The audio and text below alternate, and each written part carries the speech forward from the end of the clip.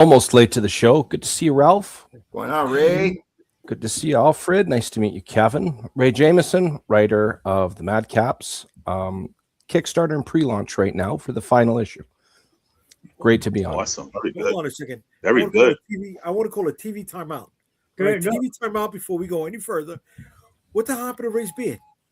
What the hell happened to your beard, kid? You know what? If you give me 5 minutes, there's a good story for this. You know, it's funny. Did he have a beard the last time he was on? I don't even remember. You know what? I was lazy for a while. I had about 6 months of hair on my face. I don't know if you class this 6 beard. months. I'm joking. 6 weeks. Pardon the slip. That's a week. 6 months, man. I was gonna say it's like a malnourished beard. Yes. Sorry. Well, these are your 5 minutes. Let's go. Chime them in. Yeah, we're waiting for you. Okay, I'm just gonna hang out. You could just watch me for 5 minutes, and then I'll give the answer. I'll be right back, and then I can answer your question. Hold on. Nice. You're supposed to be a storyteller, bro. Come on, man. Yeah, he probably has one of those fake ones. He's gonna put it on. You know, this stuff is supposed to be in your back pocket, kid. Oh yeah. You're giving the rest of us, He's the youngest kid in this. This is Canadian storytelling, guys. Yes, Canadian storytelling. Gotcha. The fact they got Jeff Lemire and John Byrne out of there, I don't know. I don't get it. Kevin, you're not from Canada, are you? I'm almost here. There we are. I made it back. There you go. Oh, we thought you were gonna have the beard on. No. So what happened is I did a little a weird little campaign thing where I'm like, if I can get 72, or no, I forget the number, but if I get X amount of time, I would give Chad Perkins my beard. And it didn't hit that number, but I got 72 followers now. But I was going to give him this. It's got my beard pasted on it, but that's what happened to my beard. I don't know if I should be like, wow, that's great, or is that just gross? It's creepy. It's creepy. I was going for creepy. I stuck the landing 10 out of 10. It's Canadian. It's Canadian. Definitely not Canadian. I'll tell you that much. I've never seen that before. That's going to be about $70 shipping. The most expensive beard in history. Yeah. I would make Chad drive to your place to pick it up. It was, I think, about 27 below freezing a couple days back. I'm sure he'd love it. Holy shit. It's almost at the point where you spit and it shatters on the sidewalk. Not quite, but almost there. Oh, no, I'm good. South Texas, man, that's like crazy, man. Yeah, it gets to like 10, right? I think Jay, right? We were down to like 10 degrees, or like it feels like 10 degrees. It feels like 10 with the windshield factor or wind shear. Yeah. That is crazy. You know what? I apologize. I got to convert this over. So minus, I think it was 27 in Fahrenheit. That's minus 17. There we go. That was that doesn't make it better, bro. Yeah, exactly. Oh, I'm not trying to make it better. It's like, it's awesome here. I love it. Chaotic and beautiful. No, we're good. Okay. I'll keep it. That's fine. All right, gentlemen, we're in 2026. Here's the show question. All right. What do you plan on accomplishing this year? Right? What do you plan on accomplishing? And, we started at the right spot. Ray, you're in the hot seat. Okay. Well, in last question first. That's perfectly fine. So first thing I want to get done here is this mini series. Issue number 3. I have a couple of mini goals with it. One of them is I want the highest follower count possible. I think the highest I've done after the campaign was finished, after pre-launch, after the campaign, everything was like 121 followers. I'm trying to surpass 150 this time. Last year, I went through 62 appearances on podcasts promoting it. I want to break that as well. So far, comparing last January to this January on just scheduling alone, I'm already ahead by 5 appearances. I'm also almost finished with Victor Medina doing interiors, so working on the storyboard and stuff and actually just fleshing out and making the actual images on the panels. Dan Kemp, my colorist, is making some magic on there. Micah Myers, who's been lettering the last 2 issues, he just pumps out some magic. But the big goals for me are actually relatively small ones. They all contribute the change added up equals the dollars, if that makes sense. So it's a bunch of little tiny goals for me. The byproducts will take care of themselves. All right. Nice. Fair enough. Ralph, what are you looking to get guys. accomplished this year? Well, so look, for sure, Atreides just is number 4, which is already launched already. From there, it's going to be a major crossover with Starcross, Radical Comics, Idleverse. It's a Union of Justice that's part of the Atreides series that eventually will lead to Henosis Authority. I know y'all saw that 16 creators. So those 2 books, my book, Union of Justice, which is Atreidian, and we have Divine Justice, another crossover with Atreidian, and then another crossover that I got with Punt Press Comics. So it's gonna be an exciting year for Starcross and for Atreidian. Yeah. All right, cool. Mr. Page, what's it looking like for you? Yeah. Man, 2026, man, we got a lot of plans. We're trying to extend the name over. We got a 100-page crossover called Earthfall coming out this summer.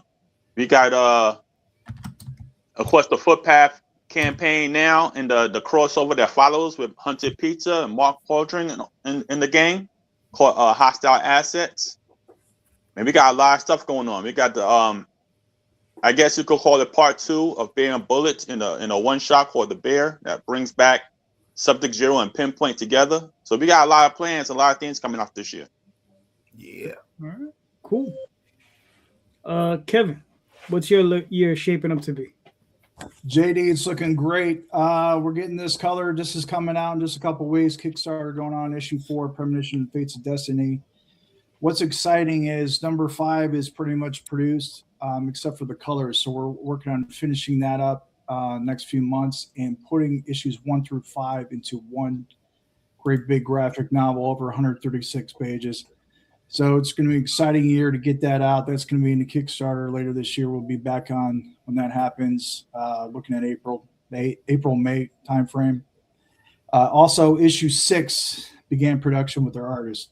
The wonderful, sexy lines of Marcelo Sanchez of Chile.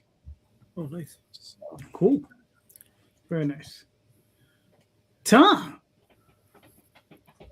For me, it's mostly about sort of just getting back to normal. Last year was nothing was normal last year. It was not the way we wanted to celebrate 15 years of Big Dog Inc. But we got through what we had to get through. We reset what we had to reset, and I've been working this last quarter of the year to kind of push 26 ahead as far as I can, so we can get back to consistency and maybe even better than we've ever been as far as like building these books further and further out, so that when we actually do get to the crowdfunding, we're closer and closer to having them like completely done, and have the fulfillment turning and burning. And so that's what we're really looking at in 26. Is it's just I have to take it.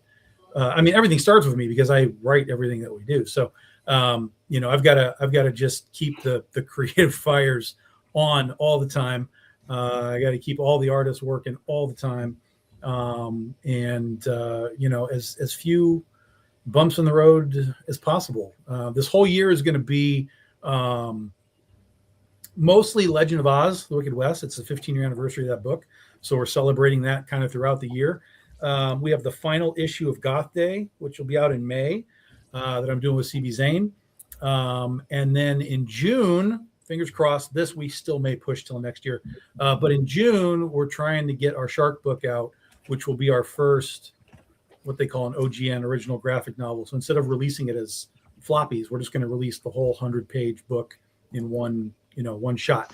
So we're working on that. I'm going to make a judgment call as we get to the summer as to whether or not we go ahead and put that on the crowdfunding list for the year. But we were going to try and do it last year to tie it in with the Jaws 50th anniversary, but we had to do what we had to do last year. So since we kind of lost that, it can kind of go wherever I want it to go now. And then at the end of the year, we'll have our new format, another new format that we're doing.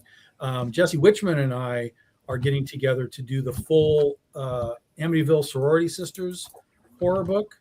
And so that again will be a big, like 40-page book, but it's going to be in like, I don't know what they call it, like the distillery style, like that 10 by, whatever that square, format is. Mhm. We're going to do the Amityville Sorority Sisters in that format as a 48-page square bound thing to kind of have. So we'll have the shark book, we'll have that. So we're going to start putting out some, sort of variations on, design as well as, just our books. So, and then that'll take us into 27, which will be all Critter all year long, with already massive plans and other creators tied into that. So we'll start talking about what that's going to be in the summer of this year. Cool. Jay. All right. I'm trying to keep it simple. Trying to hit 6 releases this year. 6, right? That's the goal. Don't know if we can achieve it, but we're shooting for it. Started off the year with the Dead Princess Vicky Styx, launching on Friday, February 13th. It felt like it was right to do a monster book. Friday the 13th. But after that, we're looking at a release almost every other month. If I can squeeze in 5 before New York Comic Con, that'd be awesome. If not, then we'll definitely have 4 locked in for the event. And I'm going to be working on a crossover also with a couple guys that are in this top row. Not a major crossover, something that I think we can all achieve and would benefit all of us as well. We've been talking about it. Oh, sorry, that was dinner. No. yes. Yeah, but that's the plan. That's the plan. 6 releases this year, right? So hopefully I'm definitely starting off the year with Vicky Styx, and hopefully ending off the year with Vicky Styx as well. All right, cool. For myself, I got Oswald currently running. A Dreamweaver's just finished. Magi's Grace just finished. I'm looking to launch Dreamweavers at the end of this month. And then probably a release, I don't know, every 3 weeks. Every 5 weeks between both accounts for the rest of the year, something crazy like that, Yeah. And I'll be repping my first creator from outside the country. He's from the Philippines. His name is Rod. And it's for his book called The Adventure Finders. So I think that's going to be kind of cool. So I'm going to be doing the first trade paperback from on Kickstarter. Since he's from the Philippines, he has no access to it. So we're going to be wrapping him, and I think that'll be cool. So Nice. So we'll be doing that. And it's Rod Espinoza. So yeah, if anybody's curious. All right, Jay, what do you got? I'm ready. You ready? I got a question, Tom. But all right, based on what everybody's saying, right? We're all seasoned here. We got a couple books under our belts. But how far in advance are you guys planning?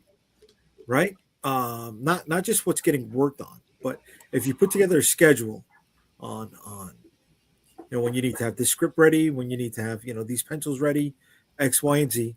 How far are you planning? 2, 3, 5, 10 years in advance, right?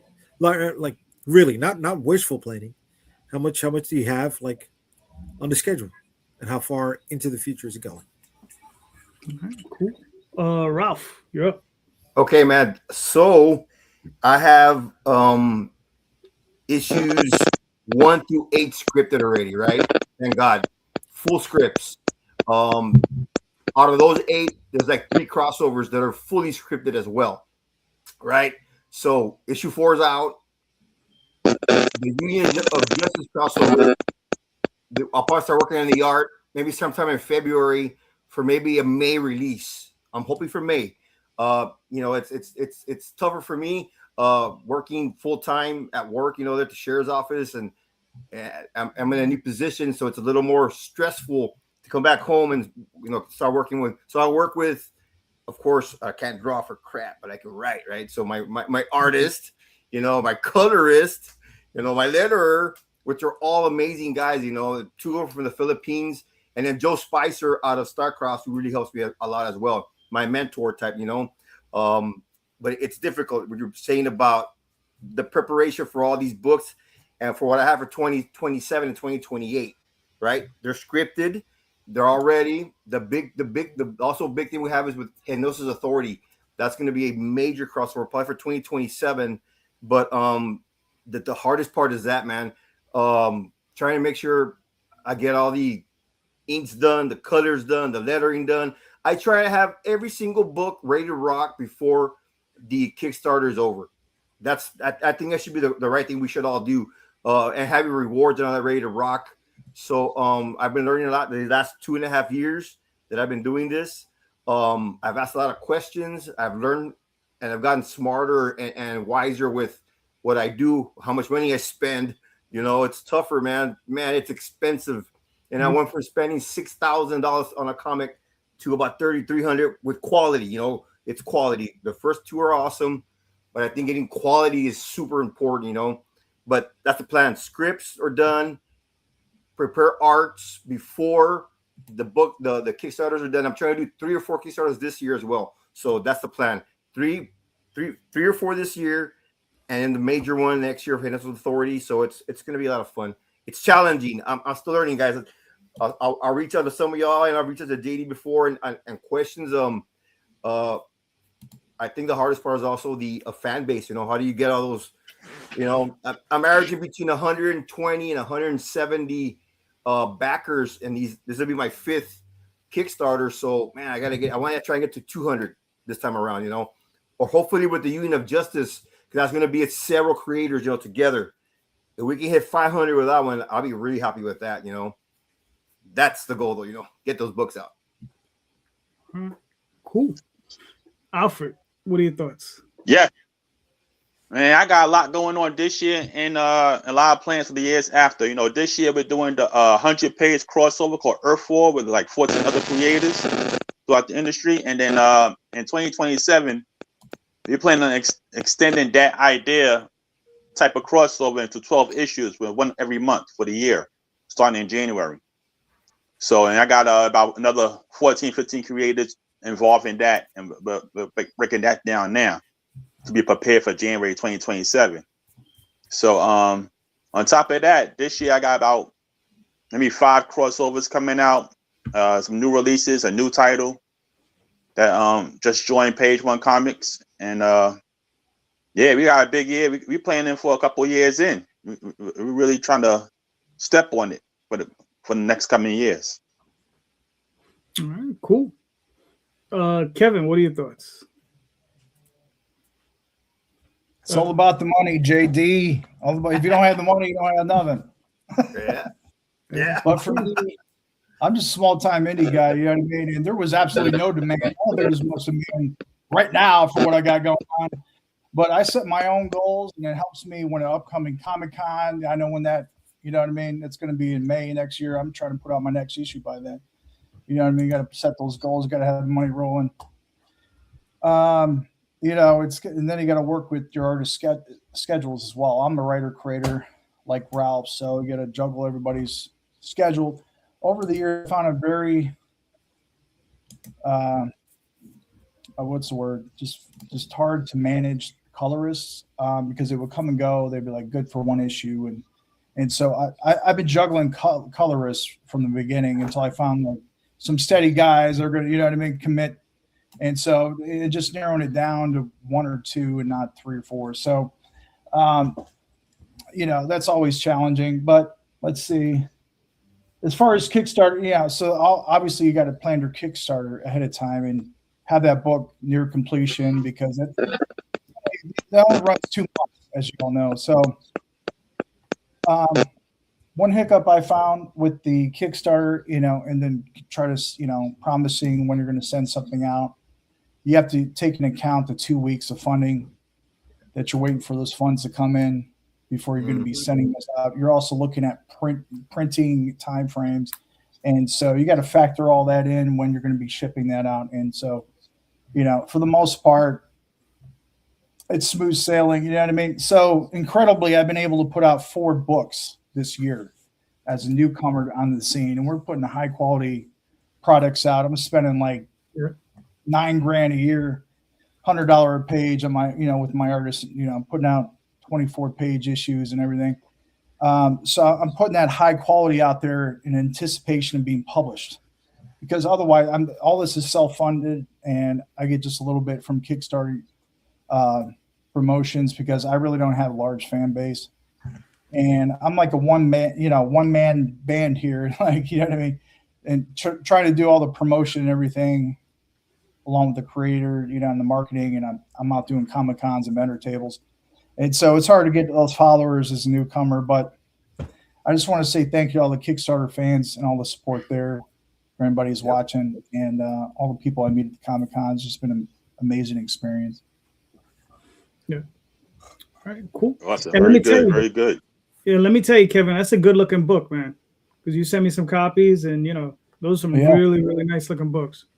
I Yeah, haven't had the appreciate chance to sit down and read them, but I had the time to at least take a quick look. And I'm selling them digitally on my website, Crooked Comics, as well. So you could just, it's a $6 download, and like you get it right there in front of you immediately. So I got issue 1 through 4 right now. So yeah, it's just exciting because I'll be putting the 5 together for graphic novel. So that was my main goal. Kind of those goals shift as you get to the goalpost. Because I didn't know how many issues it would take to get to a graphic novel, maybe 4. Now I know it's 5, because the first 5 complete the first full arc of the story. So it's going to be one hell of a book. So I'm excited for that to come out next year. I will read them. DM or Ray, what's up? What do you got? You're muted. There we go. Nice. I just want to piggyback on what Kevin's been saying there. I've been kind of in the same boat. I haven't been able to produce as many comics as you quite as quickly, but I did put my money where my mouth was. I had everything lined up front, and anything in regards to Kickstarter for backers, I was not relying on their money. I wanted to give them something awesome. A little bit of hindsight, I've been very fortunate that once this miniseries is done, it is going to front double biceps for Jeremy Lundgren. Once this miniseries is done, it's going out to distribution. I'm flattered. It's going to be one collection. I don't know. It's less than 70 pages, so I don't want to be calling this thing a graphic novel. I don't know, maybe a volume, if you will, or something to that effect, a collection. But one of the main reasons, if not the largest reason why it's a chance has been taken on me for going out to distribution with Filbo Publishing is, like I said, just like you did, Kevin, you put your money where your mouth was. And, this is a thing I'm buying in. I think it's awesome. And me doing this all up front is showing that I actually believe in this. And hopefully you'll take a chance on me too. And that's the long and short of it. All right, cool. Tom. So I have planned all the way through 28 at this point. And really we're already planning 2020, which will be our 20th anniversary, which is ridiculous. Or 2030, which will be our 20-year anniversary. So we're not completely solidified that far out, but through 2028 is we know 90% of what it's going to be. So right now it's about working through this year, getting the scripts ahead and basically done for the year by the summer, so that when we get to the summer, it's all scripting for 27, and and then the cycle kind of keeps going. That way you can stay ahead of your artists and all of your art teams, and they can just be working consistently like all the way through. So that kind of goes back to the goals for the year, is just keep the creative, for me, burning and going, so that we can keep everybody working. So 2026 is Oz. 2027 is mostly Critter. 2028 we're back to Ursa Minor. we have Scheherazade on the docket to get back to 2020 will be the 2030 will be the 20th anniversary. So again, back to Critter, Penny for Your Soul, the whole company 20 years old at that point. So, but it all comes down to primarily me executing that. And then, like Kevin said, artists, you just never know where they're going to come and go. That's the unfortunate reality of it. And we've had some guys that we've worked with that have moved on to bigger companies. And, I can't sit here and say, no, don't go work for DM Marvel. Like, no, that's not going to fly. But we do get some of them to come back on occasion. They'll do some covers for us or short stories or whatever, but they have moved from where we are to these larger places. Okay, well, then we'll continue to be the minor leagues for these guys, and I'll find new people, which I did. Just last month, I put a call out for new artists, and I got swamped with amazing quality, and these guys are already doing work for me. So, like, fantastic. Thank you to all the new guys, and I'm excited to show them off to all the BDI fans. But it has to start with me with the writing and keeping them busy. And then it should all kind of take care of itself. We put a Kickstarter out, we're ahead of the game. The Kickstarter ends, we go to print, everything cycles properly and in its, correct domino fall order. And there's always going to be problems. There's always going to be weird acts of God and stuff that get in your way. But the further ahead you can be, that you can plan, then that goes to the second part of your question, JD, which is, okay, we know we have to be here in 28. So how does that break down backwards to the script is here, the art is here, whatever. So once you kind of have, like, even if you just set your year plan, you can reverse engineer that. If we launch the Kickstarter in November, we have to have the art by October, we have to have the script, but you can just reverse engineer it and put yourself in the best possible position to do it. Again, things go wrong, things go sideways, but you can at least have a general path. And so our general path goes through 28, and then that's 3 years away. So we'll run with that for now and see where it takes us. Yeah. All right. Cool.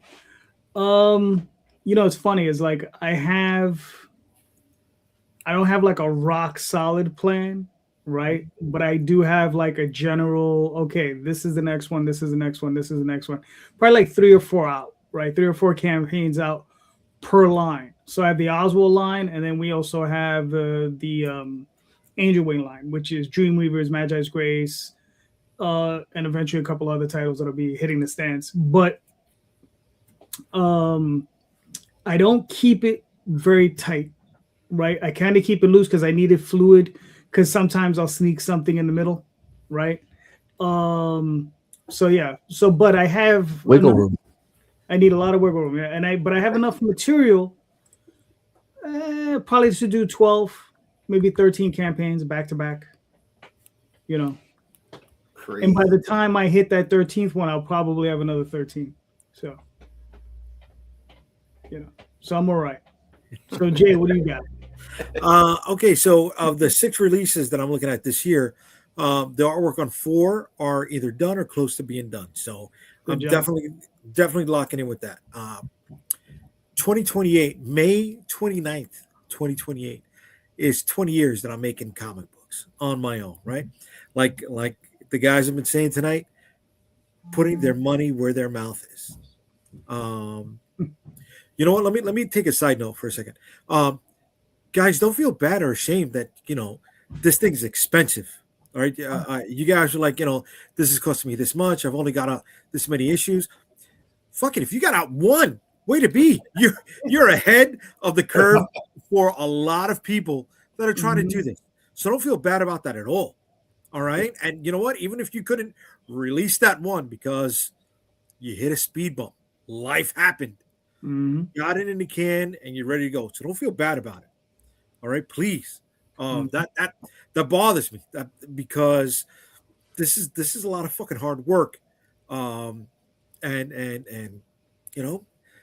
put that chest out there, man. The first one that's going to believe in it and is you. So don't feel bad about that. But May 29th, 2028, it's 20 years. I'm planning something. Hopefully I can pull it out, right? I'm definitely going to need wiggle room. But if we don't get all 6 releases that I want out, yeah, okay, that some of that will bleed into 2027. But yeah, I'm planning all the way to 2028, man, and I'm excited. I'm nervous, right? Because I hope I'm here to do that. I hope there's no speed Right. bumps That's right. Yeah. that get in the way, right? Because this year was filled with the biggest fucking speed bump of my life, and I hope I can knock that shit out. You know. All right, cool. But yeah, I mean, to your All point, right. yeah. I mean, be very proud of the fact that you can put out any books. You know, there's a lot of people that want to do this and can't. Yeah. Right. man. You know, it's a Very true, very very true. very expensive, endeavor we're going through. You know. Very true. All right. So I don't know. Well, I don't even have one for this, but here we go. Bam. The segue game, bro. There was no The segue come for that one. on, I didn't- This is how you start 26. We're all screwed. This is it. This is it. Sorry, guys. Anyway, Ralph, do you ever play this video? Yeah, sure, bang, awesome. All right, cool.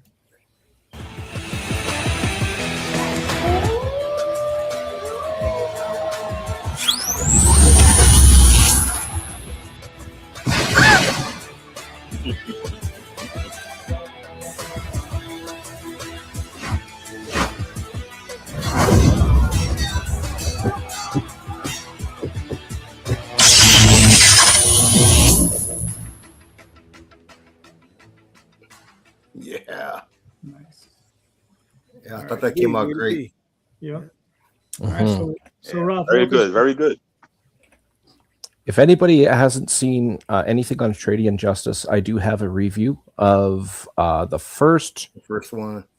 one. I'm mixing up with somebody else. Yeah, the first issue. I'll send you the link, JD, if you want to attach it anywhere. Okay. I got to look it up here while everybody else is talking. Yeah. Yeah, that's going to be issue 4 is called The Secret. If issue 1, issue 2, they kill one of Atradian's buddies. Of course, you know the antagonist is Father Evil, who is basically the father of all evil in the Omniverse, and Atradian justice is powered by the Sword of Justice, which is the primordial living embodiment of justice, right?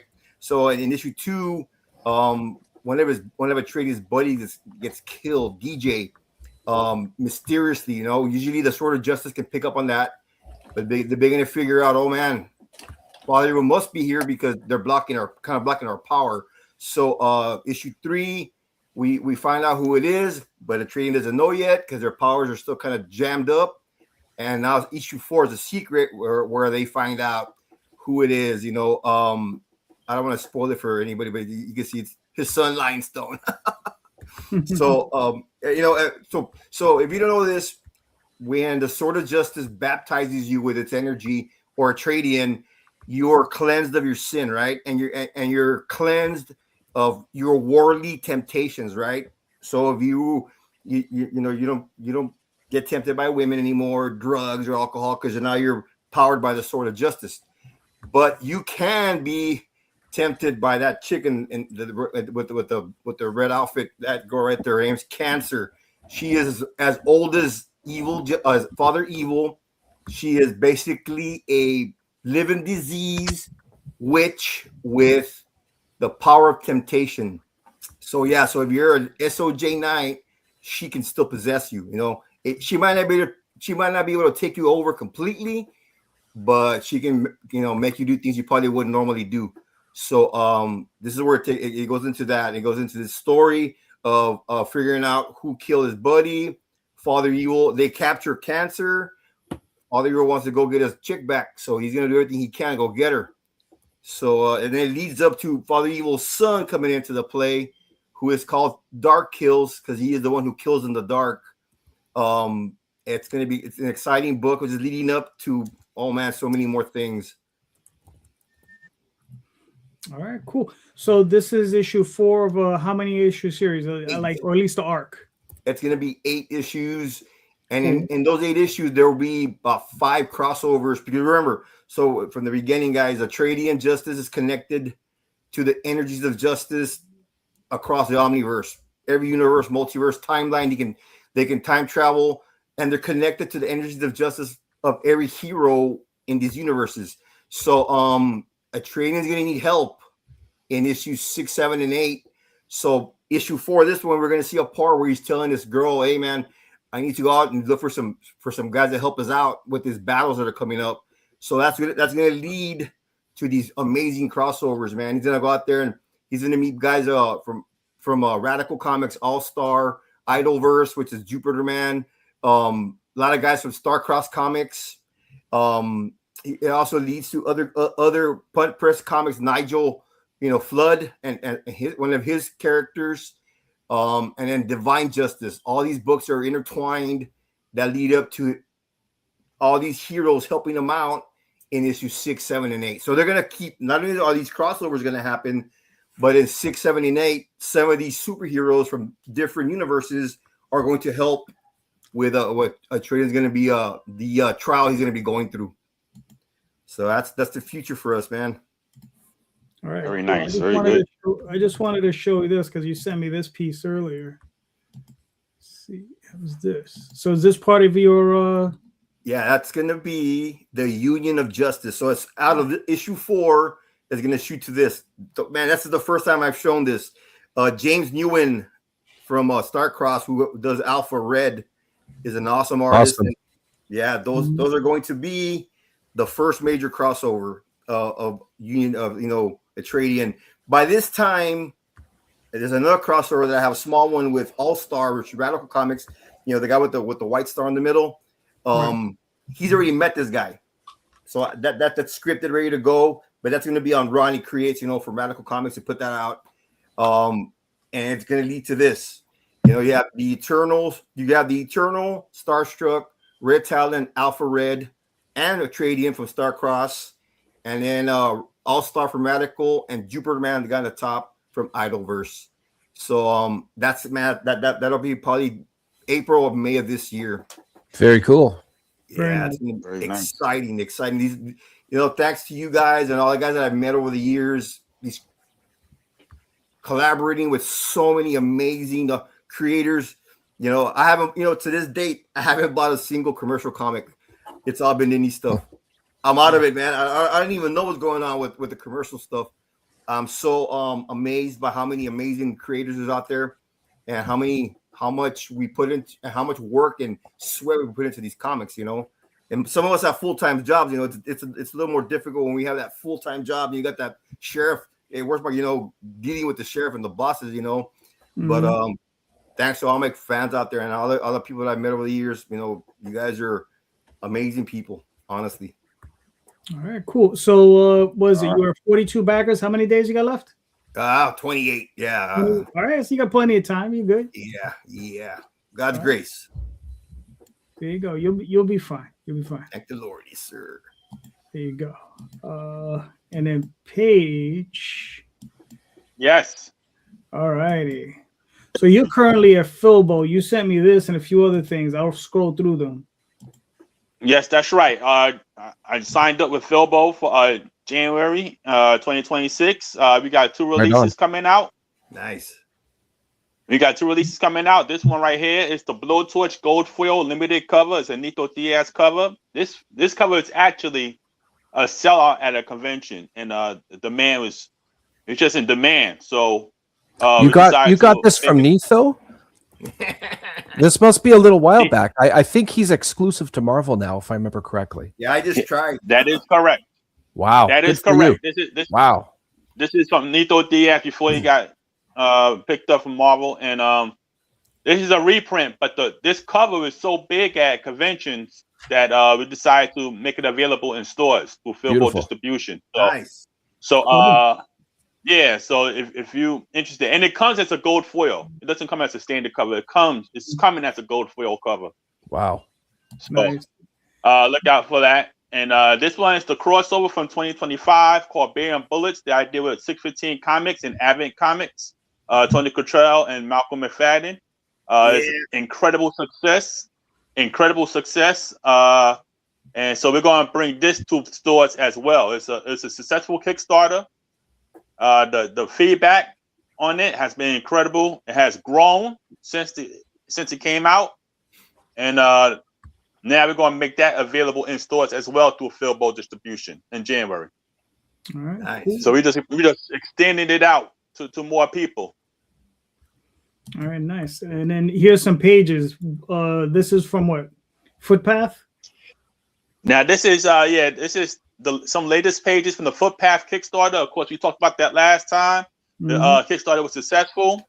We're actually ahead of progress of our time span. So we're looking at February to have it out, and we're ahead of time. Marcelo is doing a fantastic job. Matthias on the colors has been doing incredible, and the pages, as you can see, is looking great. So we're anxious to get this out into people's hands and see what people think about it. I'm really happy about this project right here. It's real action packed. This is the crossover that's coming up in the middle of 2026 with Haunted Pizza crew. That's Footpath and Gun Goth, Hostile Assets. And that script is done. The artwork has started. We got a lot of names on that from Mike Mahan, Dexter Weeks, Enrico Bada. We got a lot of names attached to this project, a lot of covers, and I'm telling you, it's looking incredible. Edson Isles is the artist on the interior, and it's looking incredible. We're already about 10 pages in, and it's fantastic. I can't wait to get this out. And this leads into a bigger crossover after this with Page One Comics and Haunted Pizza. So look out for that. It gets even bigger. So how many pages in this book? You're guessing 24, 32, somewhere in that area? I think we hit about 44 pages on this one. Okay, wow, give me a nice thick book. All right, cool. Very nice. Yeah, it's very, very long, and and we're still adding. I mean, it's not really complete yet. We're still adding the new artists and stuff like that, and some bonuses. So cool. You want me to play this video? Yeah. What video is that?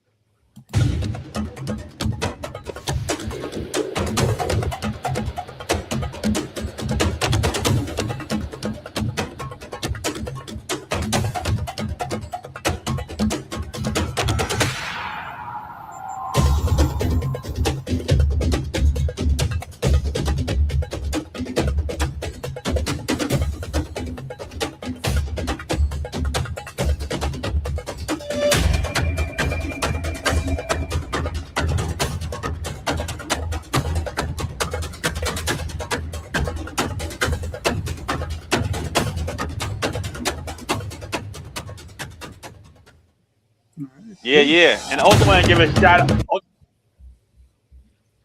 Also want to give a shout out to Jonathan Hendrick, my collaborator on this project as far as the writing, and he presented the Kickstarter, and he did a fantastic job, and it's been incredible. And I thank him for the energy and the talent he put into it. It really worked out. All right, cool. What's this one?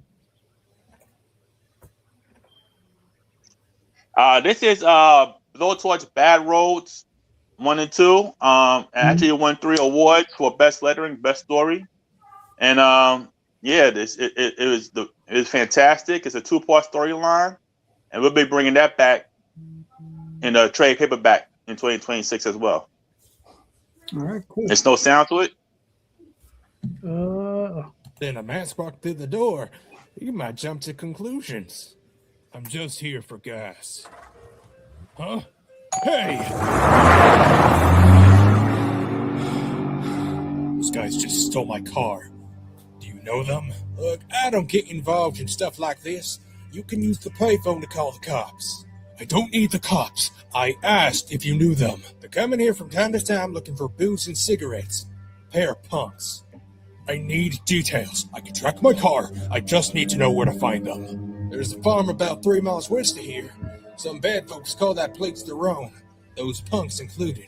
That's where you'll find your car. You watch yourself out there. You don't want to mess with the wrong people. No, you don't.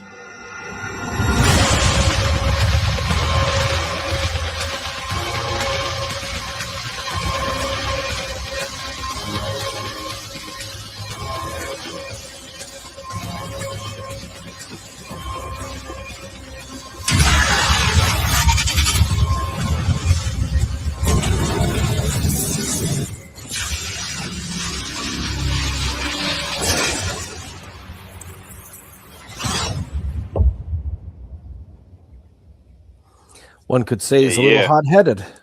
Yeah. Yeah. Yeah. So yeah, Blowtorch Bad Roads 1 and 2. Like I said, I was lucky enough for it to win some awards for best lettering and story, and we're bringing back the full trade this summer. Right All on. right, cool.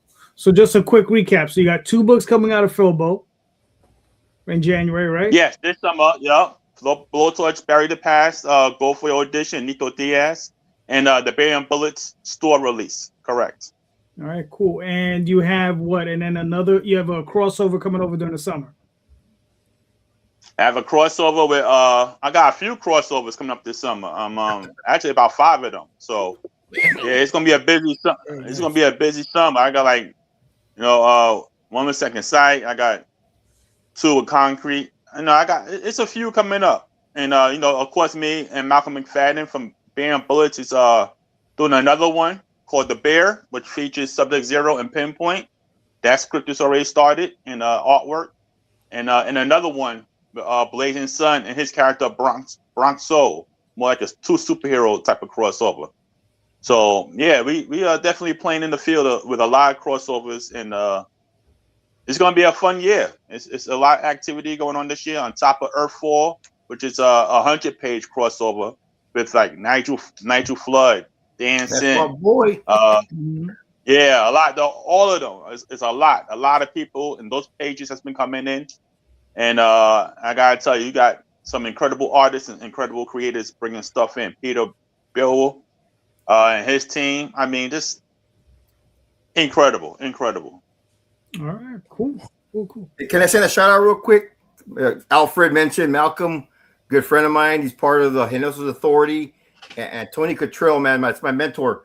That's the guy I first met 10 years ago, and probably why I'm here. So big shout out to Tony Cottrell, man. Awesome guy. Yep. Working at those 2. I mean, Malcolm and the work he did and the Kickstarter he did for the presentation and Bam Bullets that's fantastic.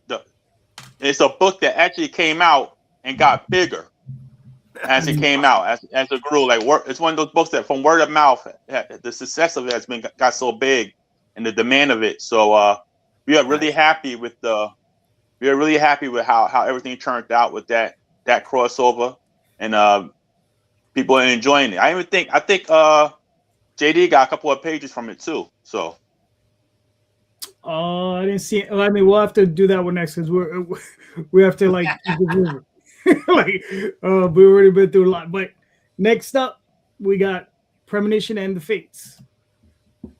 Kevin, do you want me to play this video? Yes, please.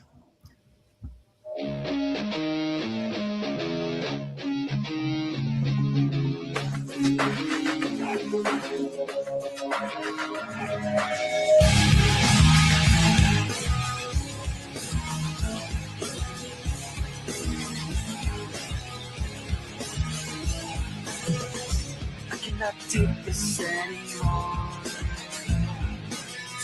Saying everything I said before. All these words, they make no sense. I find bliss in ignorance. Less I hear, the less you say. You'll find that out anyway. Just like before. Everything you say to me. One step closer to the edge. And I'm about to play. I like the music. Right on. All right, guys. So Premonition and the Fates of Destiny is a cosmic fantasy of epic proportions sprinkled with a mix of Norse, Greek, and Roman mythology. I first introduced well-known mythological characters before introducing my own original ones, as well as lesser-known mythological gods. It is a time beyond Ragnarok. God is dead. Chaos, the child of darkness, is set loose upon the cosmos to destroy at will, along with his evil henchmen manifest. The gods fall in a hopeless battle against evil. With heaven and hell out of balance, Hades spills out onto earth. Desperate to save all that is, the Fates, the Norns, the Moirai, the Parkai, in ancient mythology, or the Fates of Destiny, as I call them, bestow their combined powers of premonition upon our unsuspecting hero to help bring the universe into balance. Throughout time, they have summoned this power during the darkest times in the cosmos. The Yogin, or Premonition Pi, is the latest incarnation of premonition that spans from alpha to omega, or from the beginning until the end of the cosmos. So this is the 4th issue of that, right after he gets his powers. See, scroll down a little bit there, kind of shows you some of the art going on. So I'm introducing Hades. So there's a lot going on here, but this is right after he gets his power from book 3. Like I said, hell is spilling out upon Hades, upon Earth. And so this is what you see, some like the hellhounds coming out. Nice. And so at some point they got to go to the gates of Hades and confront everything, the dead that's being unleashed upon the earth here. Then I have a segment where you can see the psychic that's helping him out, where he's crashing at, reads his fortune and everything. So it goes over some of the information there. And these are some of the cards and things of his past life that's being revealed here. Because, he just got his power. He's still learning to use his powers and everything. So she kind of helps discover who he is, along with other people along the way. The Fates of Destiny help train him and everything in preparation of a flare that's on the way to knock out Earth. So, like I said, there's a lot going on here. This is the middle of the story in issue 4. But you can see some of the art. It's all hand-drawn art. We got phenomenal art from Marcelo Sanchez, well-known colorist Vittorio Astone from Italy. So we got some amazing talent brought together here, along with my amazing story. So check it out, guys. All right, cool. So now this is the 4th issue. Like, is this? You just said the 5th issue makes this first arc. How many arcs are you seeing in the story? What's that? This is the 5th issue makes. You said makes 1 arc. So beyond that, how many more arcs do you see coming out to complete the story? 2 other ones. So I'm looking at 15 issues. So here we go. And so because we hit a milestone, here's some of the art from the 5th issue here. If you go up, you'll see the 5th issue. If you go up a little bit, you'll see the cover and then the art in progress from snapshot of the 5th issue there. Right. Yeah, man. I mean, listen, man. I've seen the books; they look incredible. So, really, really good job on that. Yeah. I mean, I don't even know what else to say. So, right now, you put out 4 this year. I mean, you're looking to put out 4 next year as well. Yeah. All right. Cool. Slow it down a little bit here because it's all self-funded for the most part. I get lucky on Kickstarter because I'm selling some original artwork. So if you look at some of the rewards there, you can scroll on that. I'm selling some of the original artwork, 18 by 25 inch pages from our artists, all hand drawn. It's just phenomenal artwork, and it just more size. Like I got some right here to show you if you can see it. Hold on, I'm gonna take this. Hold on, let me pull this. Here's the cover right here. That he's not doing 11 by 17 inch pages. He's doing 18 by 25 inch hand drawn original pieces that are for sale also on my Kickstarter. Not this one, but I have others for sale. Right. Where I come from, we refer to that as just enough kill. What's that? I'll show you. Those are awesome. Pages. Huge. Look at that. That's massive. Yeah, that's massive. Yeah. Poster pieces that are available through the Kickstarter in either prints, or I'm selling some of the original pieces. And so I have one supporter that eats these up every Kickstarter from each one of the issues. And let me ask you a question. Is he an older guy, your artist? Not really. No, he looks to be like his mid-30s or something. Oh, okay. Because But usually, he's just absolutely fantastic. We're using hand-drawn art here. Mhm. You know what I mean? Yeah. Usually, I see some of the older artists. They work that big because it's easier for them to see it. Because Yeah. their eyesight tends to go, so they tend to like, He yeah. put a lot Right. of time and effort. He put Right. doing 8-9 hours on these pages, and when you squeeze it down, we're getting a whole lot of detail in there. You know what I mean? No, they look really, really nice. Producing a Very kick-ass good. Very product. good. Yeah, appreciate it, guys. Thanks. All right, now, Mr. Ray. Well, first thing I'm going to say is my So- mic is still good. Yeah, your mic is still good. I'm okay, so you can hear. Okay. Well, anyways, first and foremost, if anybody listening, even if you only click on follow to this URL, you'll be doing leaps and bounds for me in regards to algorithm and whatnot. But this is all 3 issues to this mini series will be available, debuting issue 3, the final issue, where all the justified action finally starts to take place. I think everybody, and I've said this on other podcasts before, but I've heard this phrase like, one day you went out, you played with your friends on the playground, and you didn't know that was the last time, and that was it. And everybody gets old enough, they have groups of friends, they don't get to see as much as they'd like to, and this little story is an homage to that level of camaraderie. It's a scaled down, intimate story about 4 friends that are caught up in the wrong place at the right time. There's a little bit of a, almost, if you will, dare I say, a Scooby-Doo mystery involving a fictional drug, which may be the source of an undead outbreak. I have a couple of covers. I'm going to share my screen here.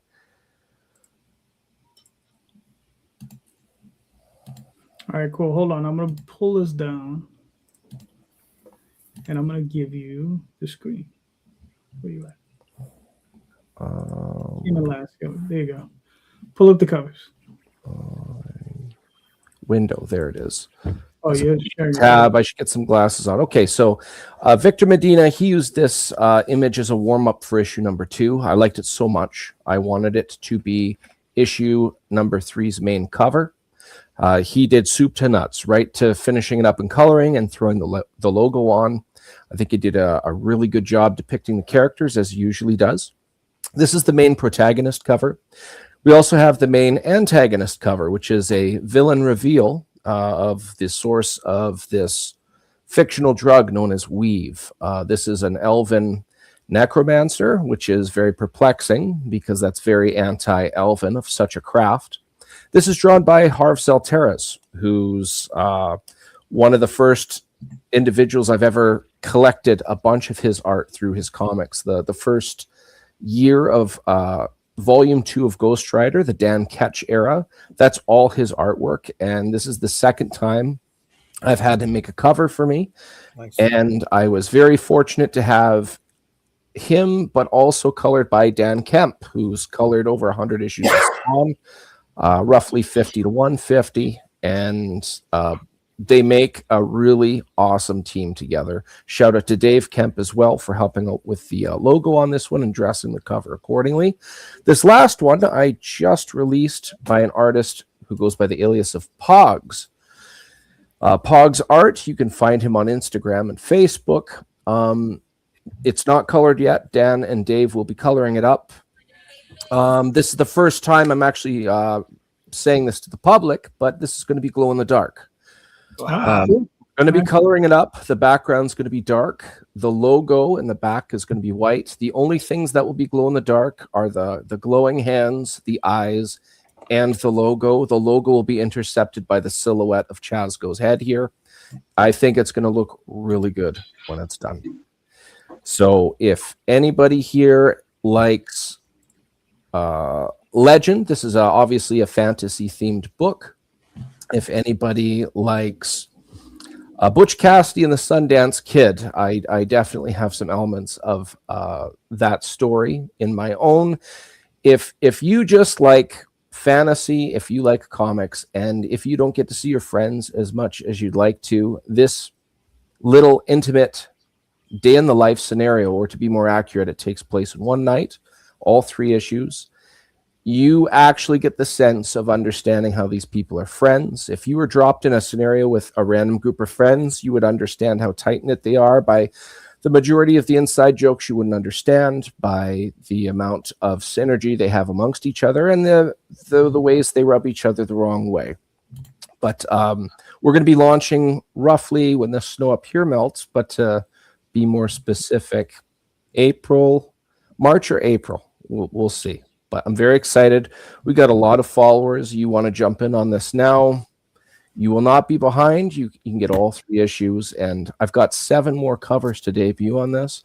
There's a reason I have so many, but I can't say right now. I've got one awesome one by Fish Lee, which is going to be Lava Foil, all done. I won't be showing for probably another 4 weeks, and I can go on and on. Just check out that link and help me out. Just click on that follow alone would be super, super helpful. All right, cool. Very good. Very good. Tom, what are we looking at? So we don't have a launch page or anything for the Oz that's coming up in January the 24th, but this is going out to March. So this is a really early advanced look at so we've been doing these anthologies, the BD anthologies, the last couple of years, 13, 14, 15. So this year, since we're doing all Oz, we changed it from anthology to Ozthology. It's going to be all 3 Oz stories that'll all relate to the main series, but it'll be 3 10-page stories with a couple of new characters introduced as well, a whole bunch of new artists that have never worked for us before. This cover was done by Jason Hare, who's been doing stuff for us forever. He did the regular anthology books, these covers that all connected back in the day. And I was like, well, we're gonna have you come back, but we're gonna change the design up because this is a specific type of thing that we're doing. So just to give everybody a little heads up on some Oz stuff that's coming out this year. Nice. All right. Very good. All right. Very nice. All right. I guess I'll show this because he's here. Woo! Woo! Woo! There you go.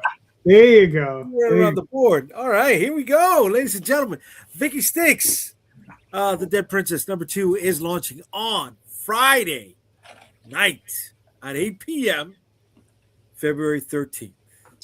We're going to be doing a live stream to launch that bad boy, right? That bad girl. And if you are a creature of the night that needs protection, then she is the last one you call before your soul is damned. The Dead Princess Vicky Sticks. Written by me, illustrated by Danny Hariwijaya, and colored by Chompy. See, I got his name right because I asked him to phonetically sound it out for me. Okay. I swear to you. I think we have to have him recorded though, because I could have sworn it was Hari Jawa. It was something like that. But yeah, I don't. But yeah, it's a tough one. Go down to where I got it. Go down at the bottom of that. See, Hadi Jaya. The last J-A. That took a lot of work, bro. It took a lot of work, man. Yeah, man. I've been practicing that, bro. All right. Like I said, I think we'll get an audio. We'll get some audio from him. But this is going to be a 24-page full color book. This is a standalone story, and I just can't wait to bring it out, man. I'm really excited. Oh, excuse me. And cover is by Larry Toussaint, right? Based on Tom's pronunciation of his last. But I'm looking forward to it. We dropped issue 0, the prequel, back in October, so that did very well for us at New York Comic Con, and we're continuing with this, and she's moving up. I don't know if I could say she's the marquee character of Ensemble Comics, but we're getting really, really, really close, man. It's funny how females lead in comic books, but don't lead in movies, TVs, toys, right? But when it comes to comic books, females, man, you sell the shit out of them, bro. I'm really excited to be exploring more of the dark corner of the Ensemble Comics universe with this book. Nice. All right, cool.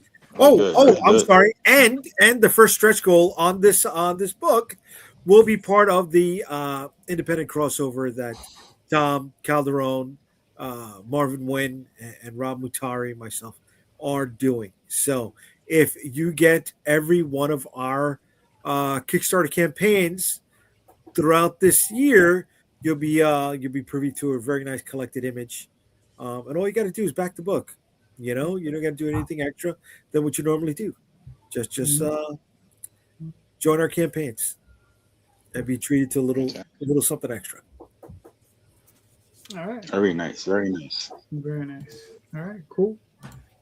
Let's see real quick. I will pop up my campaign. I got another 3 days left with the Oswald Chronicles. So here we are, got another 3 days. This is a story of Oswald.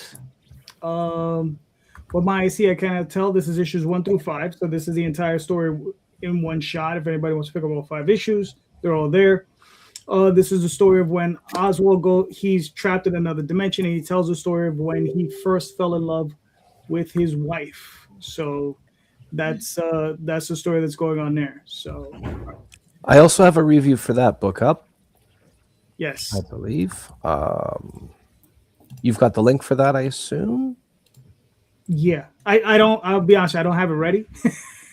I almost do. 30 seconds and I'll have it. All right. But this is actually pretty cool. So this is going. I got another 3 days. So if you want to jump on, now's the time. So thank you very much. Boop. All right. So, there we go. Yeah. If you can share it, but while you're pulling that up, Tom, you're up. Okay. So this is going to be a little weird. There's context with this. The basic question is, does story matter? That's the basic question. Not to you, because we all know our stories matter to us. Like that's not the question. Does story matter anymore? Or I shouldn't say anymore, but in this sort of segment of time for comics, does it matter anymore? Or is it more important to just have a world being built that can attract an audience member into that world, and that's all they need, is that vibe, that feeling, that sense of, I'm in, let's just use Ray, I'm in this D&D world. I understand D&D. I understand what's happening in this world, even if I don't necessarily vibe on the specific story, like, but I'm in the world. I feel safe in this world, right? Some of the context for this has come from a lot of places, not the least of which is I've been reading a lot of old 90s comics, going back into the old days of like Image and things like that. Mm-hmm. Specifically reading stuff like Spawn, Savage Dragon. Story didn't matter as much per se. Well, this is the thing, right? We all remember Spawn being this big hit, and it is. But when you go back and read that stuff, it's really hard. It's really rough, right? Agreed. But the world building is immense, right? So even though you're going from issue to issue and it's kind of choppy and we're going backwards and forwards and moving and I don't know where we are, the world building was sort of a continuous engine of heaven and hell and all this stuff, and it just kept moving forward. And so people were like, well, again, I like this heaven versus hell thing. I like the art. Obviously, the art is a key piece, right? If people can't look at it, they're going to struggle no matter what. The art was there, and it's lasted all of this time through all kinds of incarnations. I've had recently people talk to me about my books where they've told me, I like your books, but there's a lot of story in it. Like that's a bad thing, right? And I'm like, I don't know. Explain that to me, please. And the gist of it that I got was, okay, so look, you do these like fancy covers and stuff, and like we'll just use Penny for Your Soul as an example. you've got these angels and devil girls, and I love these covers and they're topless angels and whatever. But then when I read the book, there's like a story in there. I'm like, yeah, like that's what we're doing here, man. Like, what are you talking about? And so it's not that I got pushback from it, but they were like, well, it's not the type of story that I want. I would prefer if the insides of the book was just literally those angels running around and they're naked and doing, nonsense. Doing naked angel stuff. Doing naked angel stuff. Yeah, exactly. Right. Smacking each other in the face with their boob. Right. So it's sort of, again, it's like vibe. It's world places building. you can put that halo, man. It's a place. Yes, that's correct. So are we in a place for this, we get a little bit of this for movies and stuff too, because people are always the vibe, this is a creepy vibe, whatever. Are we in a place where the story, the hard element story that we all understand ourselves, doesn't matter as much as just build a place that people want to exist in for a little while and then put the comic book down and go about their day? That's the only way I can kind of put this together. I go first. Well, hold on, Ralph. Hold on. You're not first. It's Paige. Alfred. We're going in a row. You're going in a row. So, Alfred, what are your thoughts? Yes.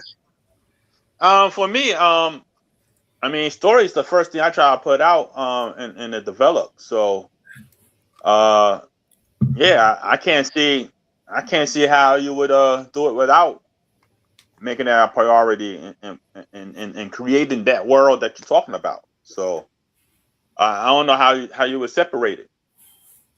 So for me, I put out stories, the first thing that we develop, how you want to tell it, the pacing, the storyboarding, and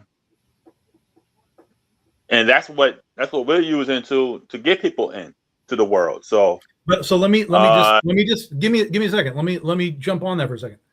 Because you do heavy action, guns, stuff like that, right? Military type of stuff. Are you, as far as your buyers go, do you have a sense of they're there because they like a specific point of the story, a specific character, or are they there because they're action fans, for example, right? It's sort of like there's 1,000 Jean-Claude Van Damme movies, right? And they just go because they like Jean-Claude Van Damme. So are your buyers, do you have a sense, and maybe you do, maybe you don't, do you have a sense of maybe you have just attracted that action fan, right? And you've created a world for the action fan to be like, I like all of this explosion, I like the guns, I like the thing, but they're not necessarily concerned about whether that guy does right, does wrong, whether he has a girlfriend or, you know what I mean? Yeah, I mean, the feedback, I like getting feedback when people talk about the character itself within the story. Yeah. So, it might be a point or a way that we're developing the character in even in an action story, no matter what the story is, action or whatever, we're trying to develop the character in a certain way to read a certain way and for you to relate to that character a certain way. And I like, as much as I like reviews that say, oh, the action is incredible, and the explosions and all this is incredible. I really love the reviews when they come back and they catch the character itself and how the character is reacting to these situations. All right. Fair enough. Kevin, what are your thoughts? Oh, you're muted. All right, I'm unmuted. They're commingled with the story, the world and the story. However, maybe things can be too wordy at times. And so that's where, as a writer, you got to take a step back and let the action do the talking sometimes. You know what I mean? And so maybe that's what they were speaking about, Tom, when somebody said, I don't know if it's too wordy or whatever, but I think definitely the story is crucial. I think I recently saw something about Stan Lee, and part of his success was bringing that human experience into the comic. You know what I mean? That's what attracted people. That's part of the story. That's what they want to read, to identify with that story in that way.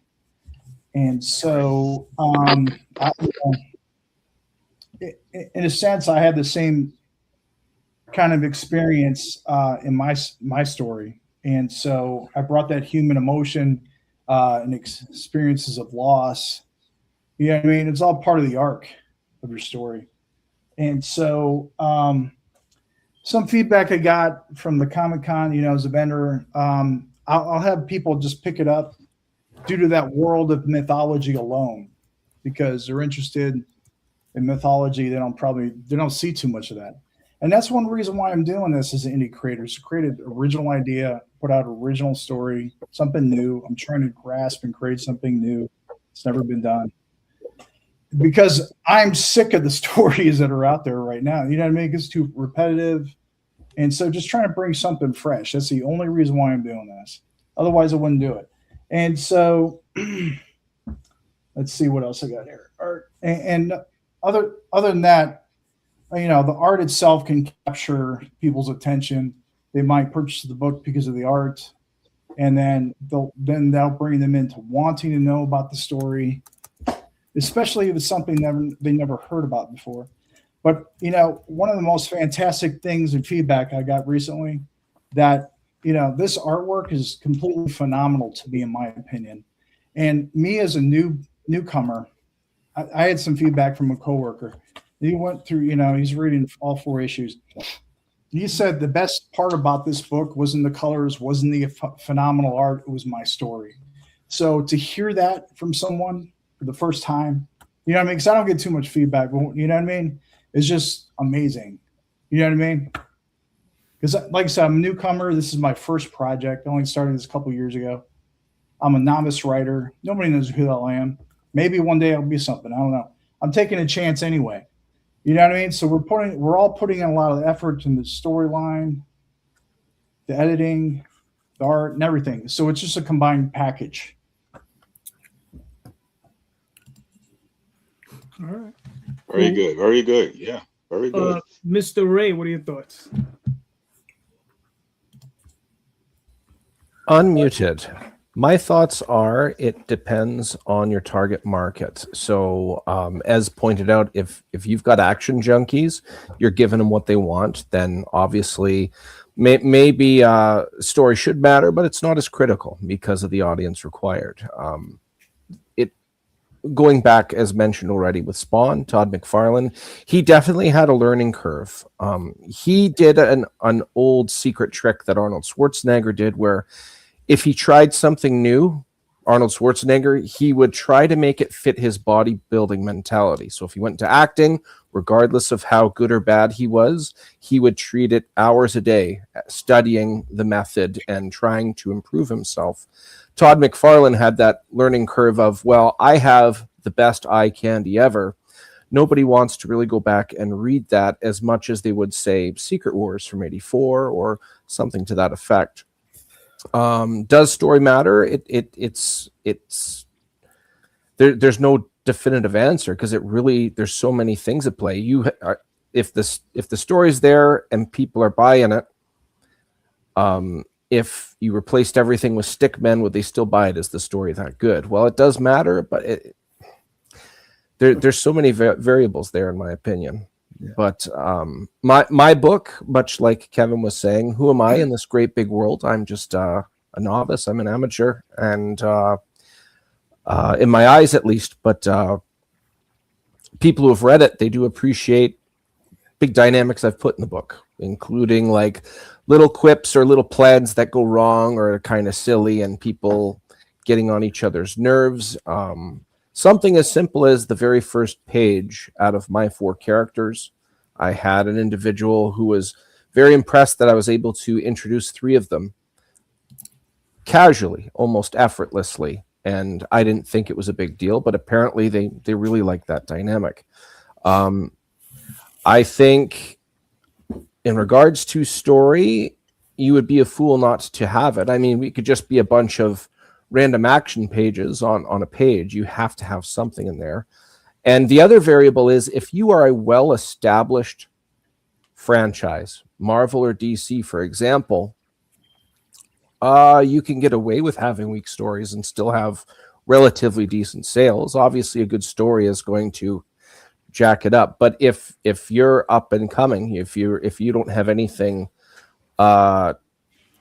any history or success, and you come up with something new, it better be good everything. Well, the story better be awesome. That you've got to convince somebody, hey, buy my book. It's not anything you've ever heard of before. For me and artists, I wanted to make sure something worthy of the story, and I got the best of what my budget would allow. And obviously, the best art. If I had Jim Lee cover, I'm sure I would sell significantly more issues, of course.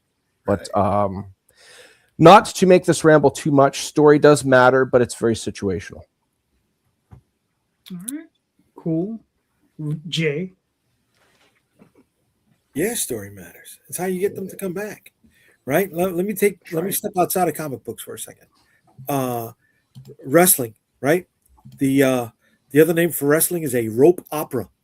Okay, we already know what the wrestlers look like, right? In their spandex from week to week, right? The image is there, the flashiness is there, the muscles are always popping, right? But you want to see people get beat, you want to see people overcome. Let's go to boxing. The storyline for me in the late 90s, early 2000s was who's going to beat the villainous Floyd Mayweather, right? It was can somebody beat him? Can somebody beat him? Right? That was the overall story. Yeah, you want the flashiness. The money comes with the flashiness, right? Because the other side of that coin is the Wildcats Jim Lee stories, they were pretty weak, right? Not just the Spawn stuff, but then you look at, in my opinion, Matt Wagner's Mage. I thought the story was great, right? But it didn't have the flash, and it's not here, right? He put out 3 different volumes out of stubbornness and sheer will, not because it was on the top of the sales charts. If we're talking about story, I think it's the execution of story that matters more than anything. And I want to talk about Invincible, right? And I don't know if we've all heard the story of how it was going to get canceled, right? And the big reveal of his dad being the killer was going to be revealed after almost 2 years in issue number 25, but it was going to get canceled. So he fast tracked it, to issue number 6, and it was like, oh, all right. And you want to see the story of why the hell did this guy do that, right? Okay, I'm in. Right, but then if they pulled that trigger as the cliffhanger of issue number 1, it wouldn't have worked. We wouldn't have gotten involved in it because you still needed to let that story breathe a little bit for you to get that interaction, that familiar bond with somebody who was fatherly and just nope, sorry, right? So execution of story matters more than anything because the flash, the pop, it could just be a poster, and are you going to get continued sales with a poster, released once a month or once a quarter or once a year, right? You need the story to get them to come back. You need them to be invested in the story so they could see the flashiness and the artwork and the different costumes and the holy shit moments. The art should amplify the story. Right. Absolutely. Right. The art is the All actor. goes hand in hand. Right. The art is the celeb. The art is the Tom Cruise in Mission Impossible. So yeah. That's where I'm going. All right. Cool. Coming from pros, the only thing that's important or primarily important is the story, is the writing, is the dialogue. Because without any of those things, you have nothing, right? You can't just sit there and be like, just grab a random pinup of some character. You can go some random generator that's going to, just generate some character for you. Just say, give them a hat, do this, do this, do this, do this. And then write some silly bio about them that, they can do this and they can do that and they can beat your mother and whatever. And here's what I'm presenting to the world. Nobody gives a shit about that, right? So you have to have a really strong story with not just that one character, but with all of the sub characters that go with them, the supporting cast, right? I'll say something. Some people might consider it controversial. Some people won't. If you take something like, and I know not everybody's a fan, and he's not in everyone's good graces at the moment, right? But Neil Gaiman, right, when he wrote Sandman, right, He had a lot of great artists working on there, but there are portions of that series that have artists that are, to be honest with you, not as good as the work that he was writing. All right, in my opinion, right? And it didn't matter. People read it anyway. They were reading it for his work. You understand? The same thing could be said for Alan Moore, right? Would Watchmen have been as good, right, or as revered if it was another artist, right, other than the one that was working on it? Could George Perez have done it? Could Jose Luis Garcia Lopez have done it? I think so. And would it have been just as strong and just as possible, just as powerful? I think so. You understand? And that's not a dig at the artist. The artist was incredible. I mean, it was perfection. It was a great job. You understand? On both ends. But in the end, it required Alan Moore and his words. You understand? His story. Because I mean, it would have required a great artist to replace another great artist. But we got what we got, and it, like I said, it's still great. But in my opinion, story is the entire thing, right? Because I just recently got Parker. I'm blanking on the artist's name, but the artwork is very simple. Okay, it's a very simple story. It's a very simple art style, but the story is very intense, right? So you got a very simple art style with this very intense story. What's carrying that, right? I mean, it's not Todd McFarlane level artwork. It's not Joe Quesada level artwork. It's not George Perez level type of artwork. It's Darwin Cook, I believe is the artist. And I mean, if you look at the very simple art style, blank on his name again, Toth, Alex Toth. If you look at his artwork, right, very simple stuff. On occasion, when he wanted it to be, because he drew in different styles, right? He could draw a very complicated style. He could draw a very simple style. But some of his most powerful stories were done in a very simple style, right? And he let that story carry on with the way it is. Just depends, man. I mean, but personally speaking, I think the story, if you don't have a story, you don't have anything. And for those fans who tell you, they just want something different from you, Tom, I feel. You understand? Like, they buy your book, they see the covers, and they have a different expectation, right? Like with Oswald, I don't get that, right? Because they see that, they know what it is, and then once they read it, that's when I get the other side. They're like, oh, I didn't think it was going to be this, right? I thought it was going to be a little bit more, I thought it was going to be a simpler story. I thought it was going to be, something not quite like that. And, it surprises them because they see the artwork, right? But with something like, let's say when I do Dreamweavers and I have the nude covers and I have all this stuff, and they're like, oh, I'm just expecting a booby book. And they're like, again, I got something different. I got a story in there. There was characters, there was fun, there was all this stuff and blah, blah, blah. It says, but I just came in here for the tits. But, so, I'm here for the free food. Right, exactly, or the milk. Wow. But that's how I look at it, right? So you need those stories there, So I mean, for me. Well, the reality is asking, 8 writers whether story matters is not the right people to ask. Right. That's the other reality to this whole thing, right? Like we could go to Comic-Con and ask 100 just random readers, like, do you care what Spawn does, or do you just want to see him cut somebody's face off with the things? And we might get different answers. But I thought it would be interesting to just kind of have ourselves analyze ourselves a little bit and kind of see where all that sits, because I think Ray kind of did hit on the head. It is very sort of circumstantial. You can kind of do it this way, you can kind of do it that way.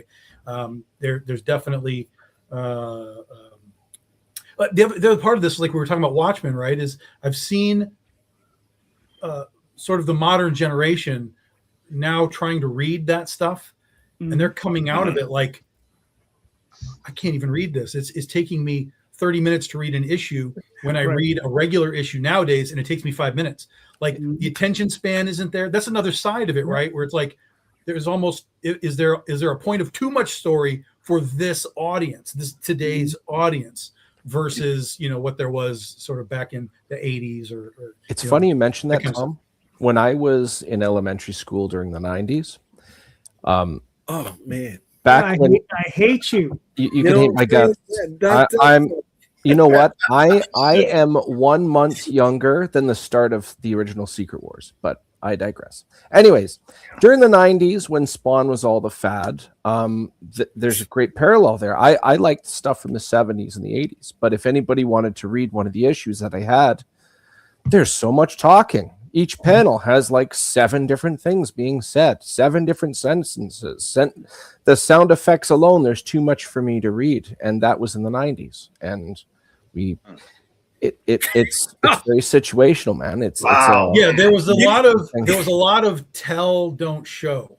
Yes, in those days, it was Yeah. Spawn ran around the corner and his cape flowed like a bat out strength of hell. doubling, I'm like, tripling again. Yeah. I'm like, just show me and let's move on. Show don't tell. So, wherever so possible. I'm kind of in that same realm where it's like I don't want, like, there is definitely a too much dense for a comic book, right? We're reading a comic. It's not a novel. It's not Wuthering Heights, and let's make it a comic. But yeah, and again, I don't really have the answer. I just was curious as to what people kind of thought about it. I think it is situational. I think you can make naked angels doing angel things, and that's fine. And I think you can tell Watchmen stories, and that's fine. And I think it's just a matter of, who you're like, again, that was said in the room here. It's who you're marketing it to, who you're trying to grab and pull in. But again, it's like some of the comparisons, right? It's like, oh, do you like, if you like Walking Dead, you'll like this, right? So again, that's vibe and style and genre, not really telling somebody what the story is, your story. Like, I have a zombie story. Do you like Walking Dead? Come in the door. And you hope that the vibe just takes them and they enjoy whatever it is that they're getting. And I kind of feel like that is a lot of where we are now. Everything is, well, do you like that? Then you'll like this. And that's okay. That's a marketing tactic. It works. But again, it goes back to, does that story matter, or does it only matter that it's like something that somebody else already likes? Yeah, I mean, it's funny that you're saying that the kids, they're saying these things take too long, because there was a complaint for a while where it's like, man, I'm spending $5 on a comic, reading it for 5 minutes. Right. It's not enough, right? Remember that complaint, right? Yes. So There's a weird balance. Right. Well, So it's dude, like, where do you find that balance? the reason why they're doing it that quickly is because it's 20-page stories now, right? They figured out it's more cost effective to do a 20-page story, because those extra 2 pages that they're saving gives them a 12th book for free at the end of the year, right? So they're going through it that quickly. But something like Dark Knight, which I read in elementary school, Mr. Maggie, Hey, insulted and me. I just looked it up. I'm exactly 14 days younger than Secret Wars #1. I'm just throwing that out there. Sorry, Okay. continue, JD. My You're bad. lucky Winnipeg is so far, bro, because I'd be up there shoving my foot so far on your backside. You're welcome to shatter your cold, frozen foot on my butt anytime, JD. That's not a But problem. no, but like, the Dark Knight Returns, that was very dialogue heavy, right? Yeah. And the art was different. The art It was was Miller. flashy, right? It was something that drew us in. So it was a hybrid of both. Yeah. You will find those things that stand out both story-wise and art-wise. If that art's going to be good, or sorry, if the dialogue's going to be high, the art has to match it. So Yeah, There has to but be a connection. Not Hey, necessarily. There has to be I- a connection. I should have clarified. My bad. For the Yeah. younger groups, like, this is great, but it takes so long. Well, if it's really, really good, they'll at least give it a pass. I should have clarified that. My bad. Hey, so but JD, you're spot on. Tom was spot on. Kevin, the connection has to be there on the story. Great story, great art, action packed.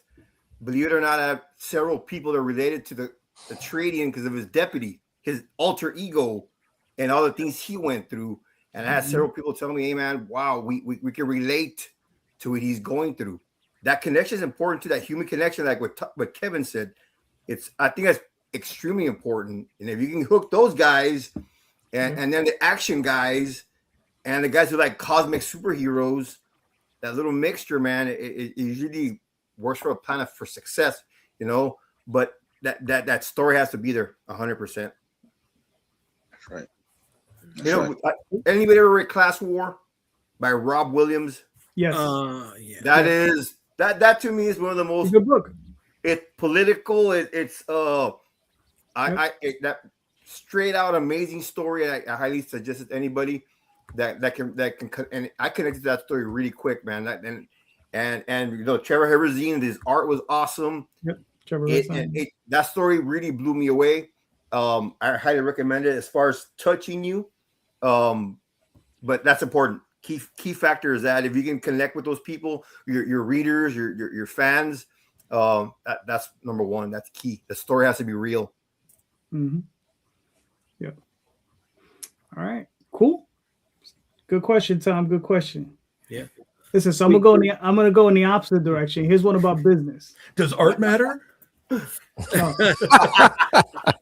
Art doesn't matter. No. Yeah, it does. Ask all the writers if art matters. No, no. Only the words matter. That's it. And we're only just saying that so that we can hopefully bring down the page rates and everybody. All right. So when is the best time to use POD versus offset?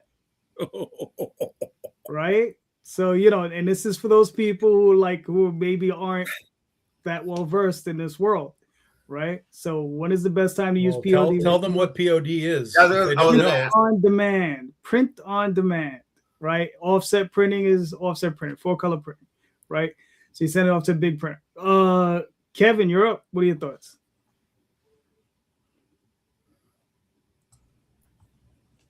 I'm not sure what you're talking about. Print on demand. Right. Print What do you print on demand. All right. Well, let me ask you a quick question. Who are you using as a printer these days? So I use Mixam, and so print on demand. That's You're talking what about POD just versus like a big batch or what? Right. Well, you're doing over 1,000 books with them? Over the series, yeah. No. I'm I'm talking about individually. Per What's issue, that? you doing per issue? You doing over 1,000 issues, not 1,000 pieces per issue? Not yet. No. No. Right. So you using them as a POD printer, right? As a what? So print on demand. Yeah. Yeah. Okay. All right. Cool. All right. So we'll keep moving forward, and then the rest of us can probably answer this question. At least the guys I know definitely on the top line. DM Ray, what are your thoughts? Right now, I'm print on demand plus a little bit. And in my experience in industry and manufacturing, ideally, you want the short version. Toyota refers to it as JIT, or just in time, where you're continuously having enough to feed the next batch kind of thing. And that only works if you have a well-oiled machine of both production and a supply of customer and demand. And what's the word? It eludes me. But long story short, I'm print on demand plus a little bit, just because of my current situation. If I get any means of success and there's a bigger growing interest, I'm sure that would change given the right amount of numbers to justify. All right, cool. Ralph, what are your thoughts? Print on demand. You know, I wish I could get to 1,000. You know, backers, but that's the goal. You know, I've increased every Kickstarter, so print on demand for right now, guys. All right. Paige, Alfred, what are your thoughts? I only use POD after my initial sales. So you know, the first run is regular, and then I go into a POD like off websites or whatever as per order. So I do both. Okay. Nice. Cool. Hey, JD, I just wanted to add something. I'm actually PWD, which is print without demand. I'm printing. I have I'm anticipating I get demand one day, hopefully, right? And so not POD, I print without demand, man. Gotcha. All right. That's fair. Good answer. I like that one. What are your thoughts, Tom? Well, we've always printed at least 3,000 to 10,000 units from when we started. So we've always been offset. And then as we started doing like hollow foils and things like that, those started to go through a different printer. Those went through the print on demands where we could say like, look, we need 12 of these. We need 18 of those or whatever it is. And then those guys do a great job on the high specialty stuff. They can serial number, numbering and do all that kind of stuff that would be too much for the big guys to deal with that. Plus we do 5 or 6 variant covers too, so it's all kind of it all kind of varies. Like if you get 5 or 6 variant covers to just a POD place, you're not paying for any sort of plate changes. It's just fed in, it's digital, you just go and you get your price, but it's a little bit higher just because you're only printing 100, 200, 300 units. Where you come in and you're like, hey, we got 3,000 books that we have to print, we've got 5 covers, we're paying for plate changes, which bumps it up a little bit, but it's still not the same higher rate that POD often is.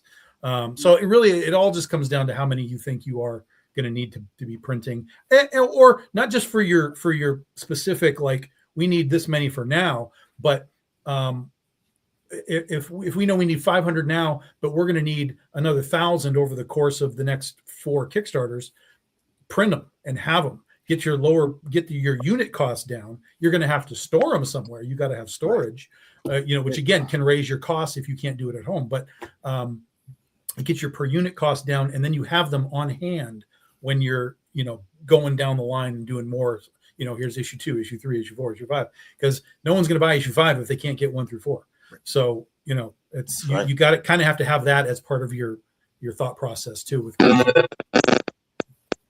yeah. All right, cool. Mr. Rosario, what are your thoughts? Yeah, Tom gave the perfect answer. While he said it, that's what I had been formulating. I'm gonna co-sign of what he said.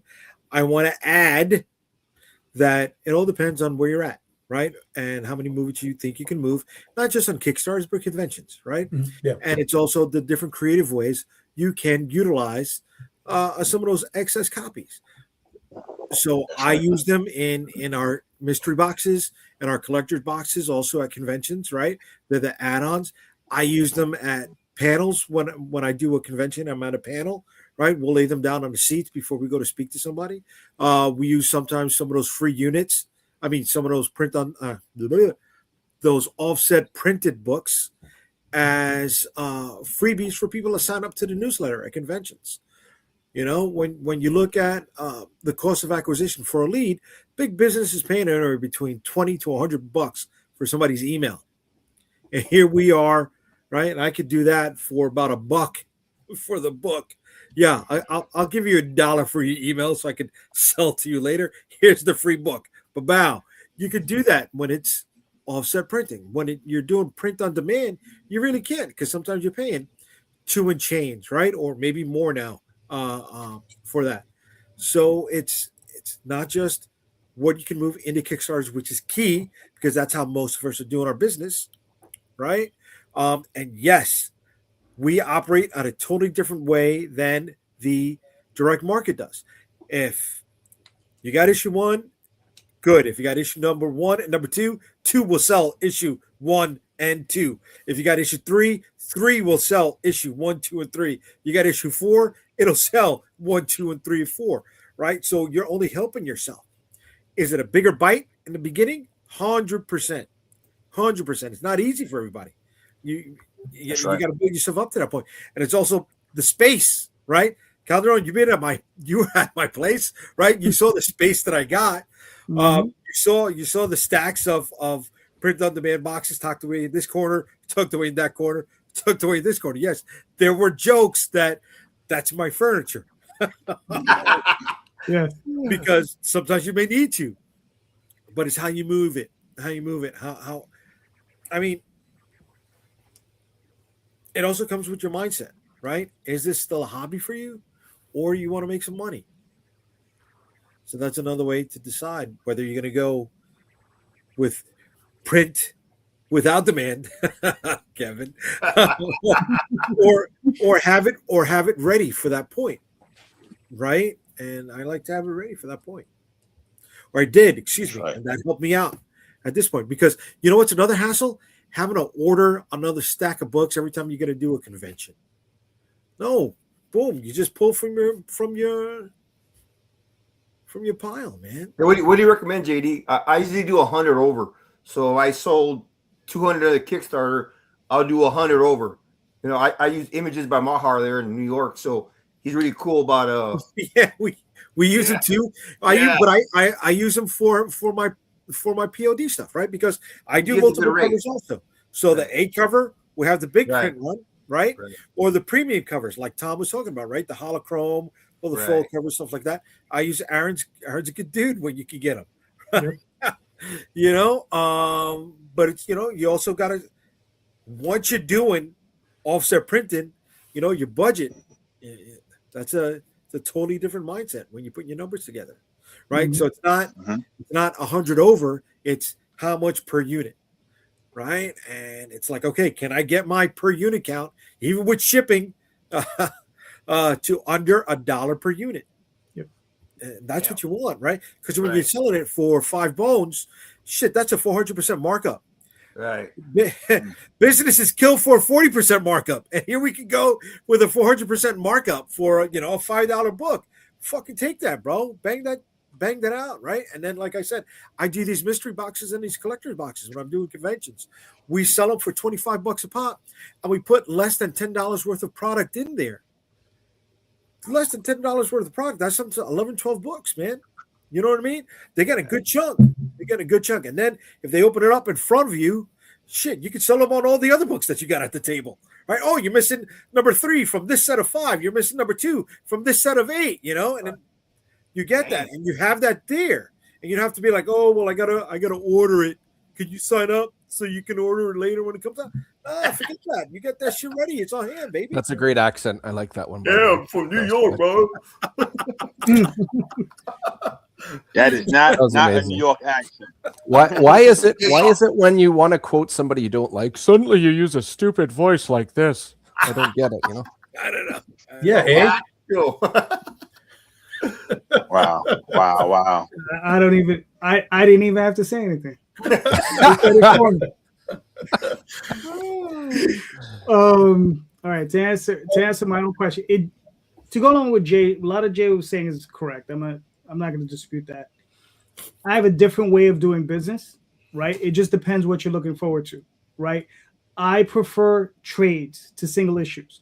So when I order POD, I order very tight to the vest. If I'm printing 50 books, I'll be lucky if I get 3 or 4 extras. All right, maybe 4, maybe 10 for damages. I'm ordering very close to the vest. The reason being is any extra revenue I'm getting, I'm keeping it, I'm holding it on. That's what I'm paying out to my artists. Okay. I'm not interested in my convention sales because I don't do any conventions. So it doesn't mean anything to me. If I'm doing another campaign and I'm going to be selling those same books on a campaign, I'm placing the order with my printer anyway. So it doesn't matter. I'll just order more. All right. It's POD. There is no price change on those books due to the amount of price, you know, the amount of books I'm ordering. Right. So I keep my costs as low as possible so I can put out more. Also, the other reason is that when I run through that series, right, with Oswald Chronicles is a series of short stories. So when I'm done with that short stories, my key goal is to get it to a trade paperback. Okay. And that trade paperback, those are the ones, and I haven't done it yet. Those are the ones that I should really be putting, like ordering offset, right? Because those are the ones that I'm going to be selling forever. The individual issues, I want to sell out of those. I want to get rid of them. I want to be done with them.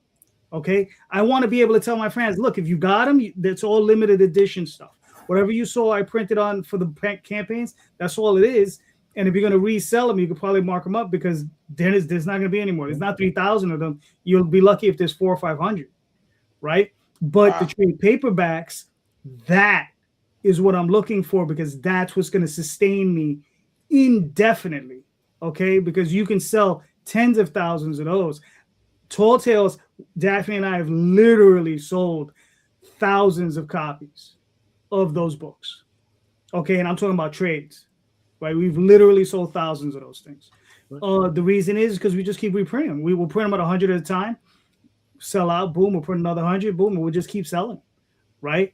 So that, like I said, it just depends on what your goal is, right? If you're going to do a lot of shows, then yeah, you probably want to print a couple thousand books. If you know you're going to do two conventions a month for the next 2 years, you're going to want to print a lot of books because you're going to be looking at output like that. But if you're doing like myself, or I'm just doing Kickstarters, I'm not interested in going to conventions at the moment. then your business model is a little differently. Like I said, a little different. You might want to just pull back a little bit, conserve your cash, because cash is king. Because when you don't have it, you know it, right? Yeah. And then sometimes when you got it, you're like, oh, I got too much, and you start spending on stupid shit. But whatever, we'll do that. That never happens. Oh my You god! you start buying Galactus toys, and it's ridiculous. Exactly. Yeah. Galactus toys aren't done with dollars; they're done with Galactus points. We've gone over Yeah. this. Oh, that's right. That's right. Yeah. Now, what I'll do is I'll just start buying like covers for a book that won't come out for another 2 years. Right. I'll But just doing that. I bet you if I tell anybody, you could get a 200-page hardcover full color for $5 a pop, you jump on it, right? Because you could sell it for 40, maybe $50. You'd be like, hell yeah! But you got to buy 500 units, Mhm. right? Yeah. Ouch. That's 2,500 plus shipping. Ouch. That's gonna bite you. That's gonna bite you, Yeah. right? But Yeah. you go for it. You'd go for it because a couple of shows or a couple extra Kickstarters, or excuse me, forget about a couple extra Kickstarters. You got 5 different crowdfunding platforms: Kickstarter, BackerKit, Indiegogo, FundMy, Crowdfunder. Whatever the user base is on each platform, right? You got that one book, you cycle it. You get 20 from this platform, you get 30 from that extra platform, you get 10 from that extra platform. Those are sales you weren't getting before, right? That's where you can, and Zoop too. There you go, BMD nerd. Yeah, bro. And Zoop too, if you could get on there, right? You take yourself around the block because there's people who don't want to use other platforms. They're tribal. They'll stay on a certain platform. Then you got your own regular website. So you gotta it changes the mindset, right? Is it a creator thing? Is it a hobby, or is it business? And then how much and where you're gonna order from. And the other question is are you pretending to be a business? Right. You can Damn. pretend to be a business, but you still gotta JD. operate like a business, bro. Because Rosario. if not, you're gonna lose your shirt. You know what I'm saying? And if you can't keep your lights on because you want to make another comic book, well then shit is fucked up. To put it technically, My wife will eat my ass. So you gotta think like that, bro. You gotta think like, even if it's college business 101, you gotta utilize it. You gotta implement. How about You gotta- business 102?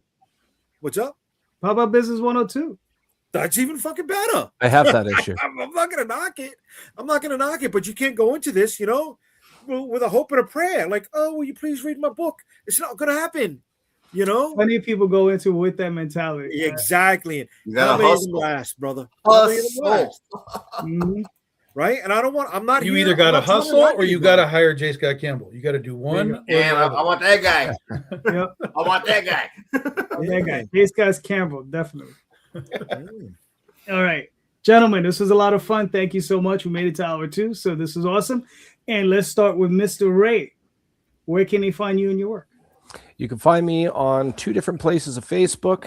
DM Ray. DM is short for Dungeon Master. I love me some Dungeons and Dragons. You can also find the Madcaps Facebook page. You can also find me on Instagram at Raymond the DM. DM Ray was taken. One last thing that I did not say when I was promoting my pre-launch for Kickstarter. I currently have an artist contest for line art. The winner will have their art in this upcoming book, colored by Dan Kemp. I did this last year. The winner, I actually hired to do one of the covers coming up, which I have yet to reveal. So if you want more details, you can find that on my DM Ray Facebook profile. It's pinned to the top. All the information is there. Go and check it out. All right, cool. Now, before we continue, Ray, if Jay does manage to make himself up to the Great White North with his boot, just Dungeon Master from him, he did want to play. He did mention he wanted to play D&D the last time when I was over at his joint. You want to play D&D? Yeah, I want to play D&D, kid. Let's do it online. We'll talk later. Anybody else that wants to play, I'll set up a game of one shot. We'll make some characters. I know Tom absolutely loves doing this kind of thing. He always, Cannot possibly get enough. but no, seriously, JD, I'm all in. Let's do it. I'm down, I'm bro. all in. Message me later. We'll make some characters and do some cool stuff. All right. Ralph, where can we find you and your work, sir? Yes, sir. Starcross Comics, Facebook under Ralph Madrigal, A Treaty Injustice, X, Twitter, Instagram, TikTok, all over the socials, guys. All over the socials, man. You doing the dances? Yeah, no, Mexican dance, man. La cucaracha, Oh, man. baby. That really sell a comic book. Some of those dances. There you go. All right, Alfred, where can they find you and your work, sir? Yeah, so Page One Comics, associated with Comicsburg. You can follow the Comicsburg website. Again, I'm part of Field Both Distribution now, so you can follow some of the new releases that's coming out throughout the year. Underneath that Page One Comics and Project Chess on Facebook. So yeah, I'll be at a couple of places, and I'll soon be announcing my convention run this year. So, All right, cool. Kevin, where can they find you and your work, sir? All over the damn place. I'm in Ohio, man. I'll be in some multiple Comic Cons this year. March, we got the Space Annual Small Press Alternative Comic Expo, where I submitted my books last year. First time there last year. A couple of my books were nominated for an award. So they're still choosing. I'm not a winner yet, but I'm a nominee to be chosen along with many others. So that's on the Kickstarter page. So issue 4 is on the Kickstarter. So I normally run around with 6 Nicks comics. Hoping to get in with 5 Star Comics in Dayton. So I run around Dayton, Columbus, Cleveland, and Akron. I live in Columbus right now from Cleveland. So I'm all over the place doing Comic Cons generally throughout the year. Also with Jim and Dan Productions, Gem City Comic Con out of Dayton. So I've been pretty busy. That's really the main place where I sell is in person, and I have to get somebody's attention as they're walking by and sell it. As you know, 3 to 5 seconds into the art helps me grab their attention, and then I begin telling them about my story.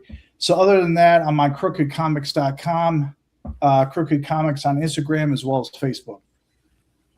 All right, cool. Tom. BigDogInk.com. You can get all the books that you need. We got back issues, trade paperbacks, hardcovers, special stuff. We launched The Legend of Oz, Wicked West, January 24th. Volume 7 goes live. And then the week after that, I will be in Monroe, Michigan, which is right below Detroit, for the Michigan Oddities and Horror Fest. That'll be our first con of the year. Nice. Cool. Mr. Rosario, where can they find you, sir? Unstoppablecomics.com. You'll find all of our social media links there. Friday nights, Comic Book Streamland with these guys here on the top row, 8 p.m. Eastern. And then on Friday, February 13th at 8 p.m., we're going to run a live stream for the Dead Princess Vicky Stick number 2. And if you join the live stream, you may be eligible for a freebie as long as you're a backer while the stream's going on. Like that. All right, cool. Find me on Facebook, Twitter, Instagram, all those different places on the JD Countdown. Next Sunday night, we'll be back here along with these fine gentlemen and some new guests. And Friday night, I guess I'll be with Jay. Maybe. And then, just remember, everybody, check out the show notes, all right? Because in the show notes is everybody's links to all of their various campaigns. All these creators are doing great books. All of them deserve your support. So please click on those links, pick up some books, right? And just remember, everyone, read more indie comics, especially ours. Have a good night, everyone. Thank you. Later. good night. Good night.